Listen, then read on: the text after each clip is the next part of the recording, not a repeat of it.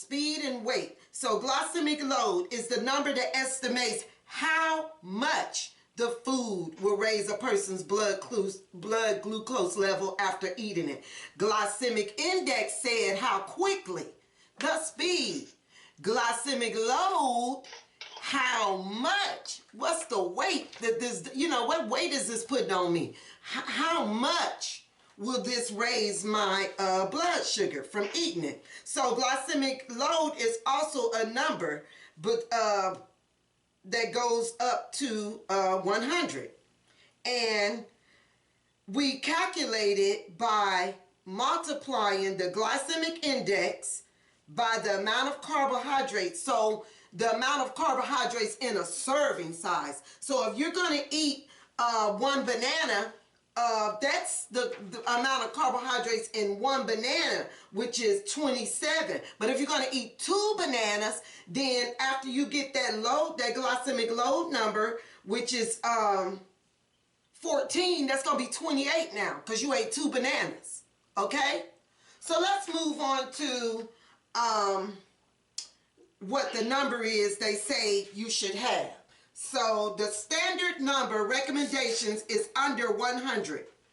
100, under 100 for your glycemic load. For your glycemic load. All right? The problem that we had was glycemic index times carbs equals a number divided by 100 equals glycemic load. So that's the equation. I'll go and put that there for you, and we'll work on those equations from some stuff in a minute. But so under 100 is what our glycemic load should be for the entire day of us eating if we want to have not have diabetes, not have high cholesterol, not deal with weight issues. We should keep our glycemic load under that number. Now for the sisters here on this video, I said 75. And the reason I made 75 our goal is because of this. We follow numbers that the doctors say and we still sick. Why is a overwhelming amount of us sick, ill? Because sometimes when things have been building up for generations in people, they can't go on the exact same standard. So for instance, sodium. Caucasian people can have 2,300 milligrams of sodium per day. African American people can only have 1,500 a day. That's an 800 milligram difference. It don't matter if you got high blood pressure. It don't matter if you got diabetes. It's a simple difference of an African American and a Caucasian person. So I didn't find this out from a doctor. I researched. I took it to a doctor and they was like, oh, I looked at that. Do you know that is right?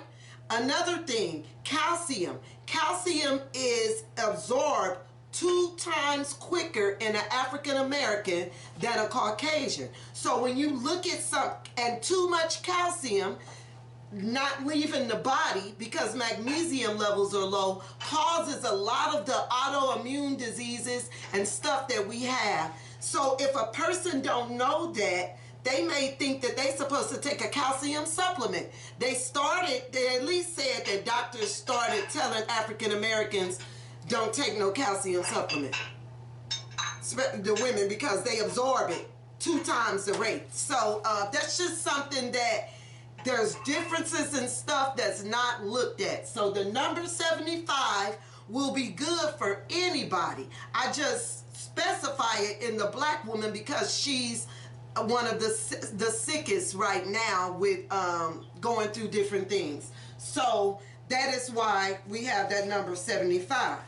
So now let's talk about the ranges of glycemic load, because we know what glycemic load is. So remember we had low, medium, and high in the index, glycemic index. Well, we're going to have it in glycemic load also. So low is 10 or less, medium is 11 to 19, and high is 20 plus. So 20 and higher.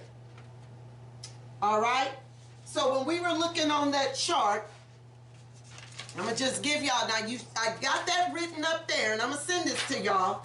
I want somebody to tell me if bananas is low, medium, or high, and its glycemic load is 14 for one banana.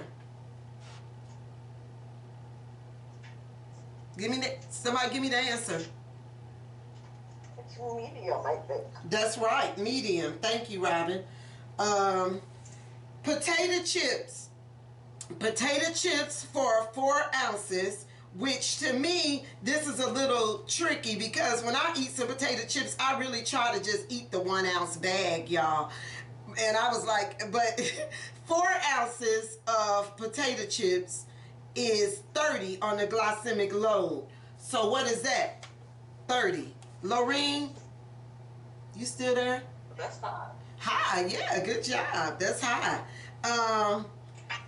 Oatmeal. Oatmeal. 1 cup of oatmeal is 12 on the glycemic load. What is it? That's low, I think. Medium. Here's the medium, 11 to 19. Honey, 1 tablespoon of honey is 9. Where does that put that? Low. Is that low? Yeah. Yep, honey is low. And actually sugar is low too, but it's 1 tablespoon of sugar. Sugar is 8. It's on the low side. So that's 1 tablespoon. Watermelon. This is a good one, guys. Remember, watermelon is high with a glycemic index. This is really good, y'all. Pay attention to this. Watermelon had a high glycemic index, meaning that it raised your blood sugar quickly, right? Well, guess what the glycemic load is for watermelon? 8. Where does that put watermelon? Low, yes. So watermelon has good dietary fiber. So if you're looking at your load for the day, staying at the 75, watermelon is good.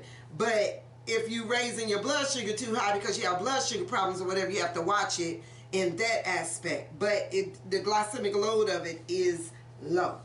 Baked potato is, the glycemic load is 28. So where does that put baked potato? That's high. That's high. Okay, so that's enough of that. Y'all get the point? I think y'all got that. You did pretty good with that little exercise. So let's move right along. Navy beans has a low GI and they also have a low GL. Cool. Yeah, they do. So the navy beans have a GI of 39. So I want